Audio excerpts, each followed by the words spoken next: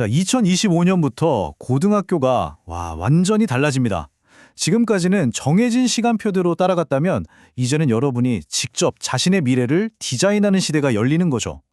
좀 복잡하게 들리시나요? 괜찮습니다. 걱정 마세요. 오늘 제가 여러분의 고교 생활을 성공으로 이끌 새로운 지도 아주 명확하게 그려드리겠습니다. 자, 그래서 오늘 우리가 뭘 살펴볼 거냐면요. 먼저 이 새로운 교육의 핵심인 고교 학점제가 뭔지부터 시작해서요. 내신이랑 수능은 또 어떻게 확 바뀌는지 파헤쳐 볼 겁니다. 그리고 제일 중요한 거, 나만의 시간표를 짜는 전략, 또 어떤 재미있는 과목들이 새로 생겼는지까지 이 모든 걸 통해서 여러분이 자신만의 성공적인 고교 생활을 설계할 수 있도록 제가 도와드릴게요. 네, 모든 변화의 시작점이죠. 바로 고교 학점제입니다. 이 새로운 시스템을 이해하는 게 우리가 가져야 할 첫 번째 열쇠예요.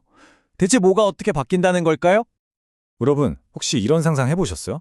누군가 짜준 시간표가 아니라 와, 진짜 대학생처럼 내가 듣고 싶은 과목으로 내 시간표를 직접 짜는 거예요. 놀랍게도 바로 그 상상이 2025년부터 현실이 됩니다. 바로 이겁니다. 이게 고교 학점제의 핵심이에요.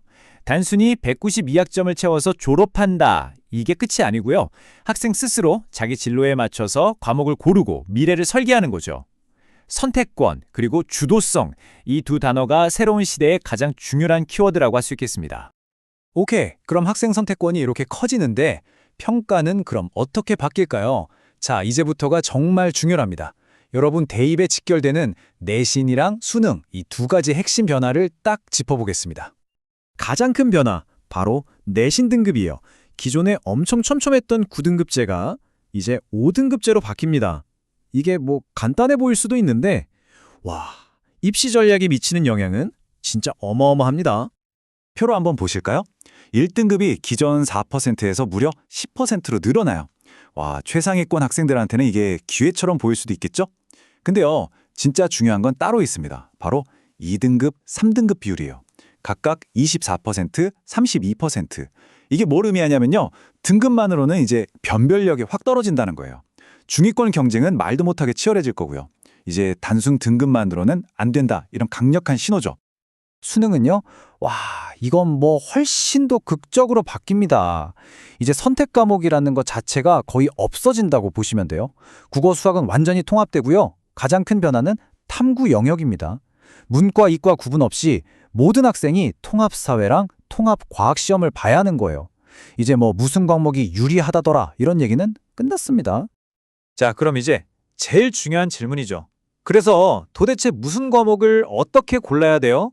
이걸 알려면요. 먼저 이 4가지 과목 분류부터 제대로 알아야 합니다.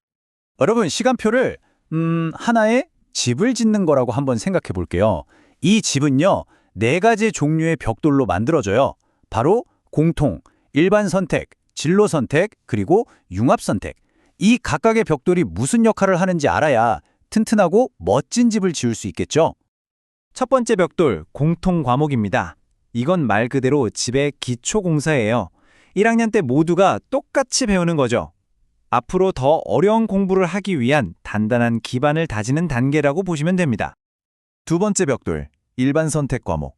이건 이제 집에 뼈대를 세우고 벽을 만드는 단계입니다. 각 과목의 핵심 내용을 배우는, 그러니까 진짜 본 게임이 시작되는 거죠. 수능이랑도 바로 연결되는 아주 중요한 과목들이에요. 세 번째는 진로 선택 과목. 이건 이제 집에 나만의 특별한 방을 꾸미는 거예요. 예를 들어 내가 공학자가 꾸미다.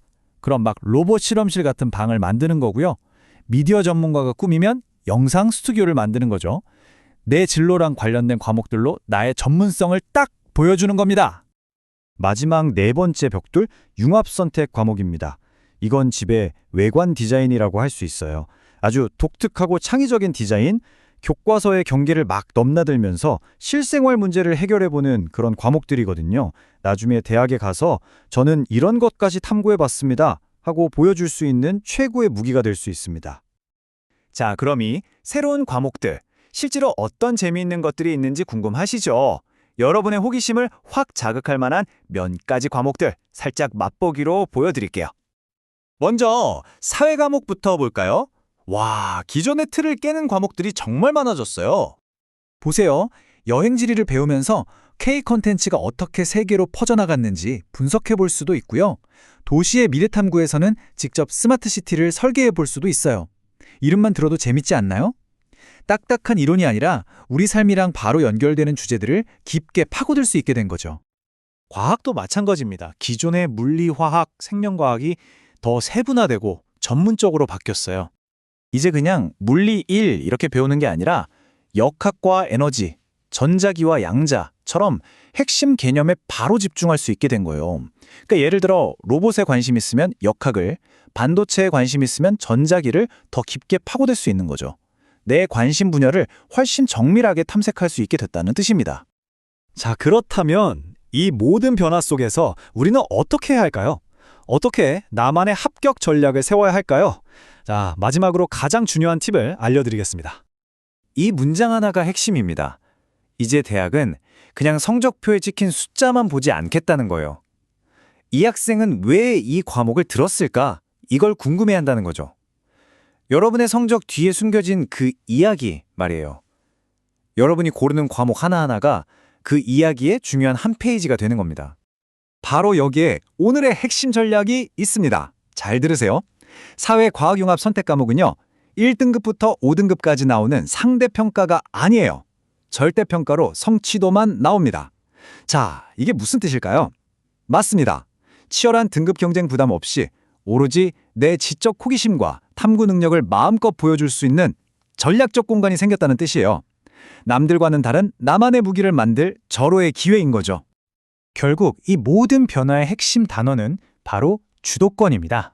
누가 정해준 길을 그냥 따라가는 게 아니라 수많은 선택지 앞에서 나만의 스토리를 만들어 나갈 수 있는 힘, 그 힘이 이제 여러분에게 주어진 겁니다. 이것이 새로운 교육 과정이 우리 모두에게 던지는 질문입니다. 여러분은 이 새로운 지도를 손에 쥐고 여러분의 미래를 위해 어떤 특별한 길을 만들어 가시겠습니까? 이제 그냥 수동적인 학생이 아니라 여러분 미래의 디자이너가 될 시간입니다.